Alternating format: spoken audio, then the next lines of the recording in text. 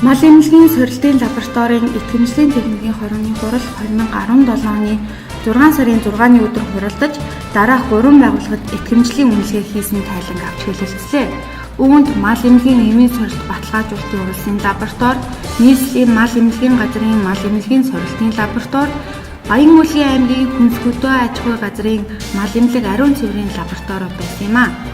Мал эмнэлгийн сорилтын лабораторийн итгэмжлэлийн техникийн хорооны хурлын чиглэлээр MNS ISO IC 17025 2007 стандартын шаардлага хангасан мал эмнэлгийн эмийн сорилт баталгаажуулалтын үндэсний лабораторийг 2 жилээр, нийслэлийн мал эмнэлгийн газрын мал эмнэлгийн сорилтын лабораторийг 3 жилээр, Баян Мөлгийн аймгийн Хүнс хөдөө аж ахуй газрын мал эмнэлэг ариун цэврийн лабораторийг 3 жилээр тус итгэмжлэх техникийн хорооны шийдвэр гарлаа.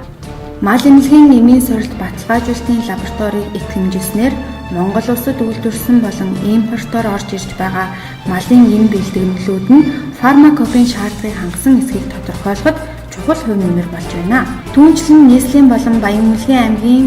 мал эмнэлэг ариун цэврийн лабораториуд малын өвчнийг цаг алдалгүй онцлох, хөдөө аж ахуйн гаралтай түүхийн эд бүтээгдэхүүнд сорилт шинжилгээг тухайн орон нутагтаа хийж чадвартай гэдгийг итгэмжлэлийн байгууллагаас нотлож гэрчлэгээ олгосон юм а.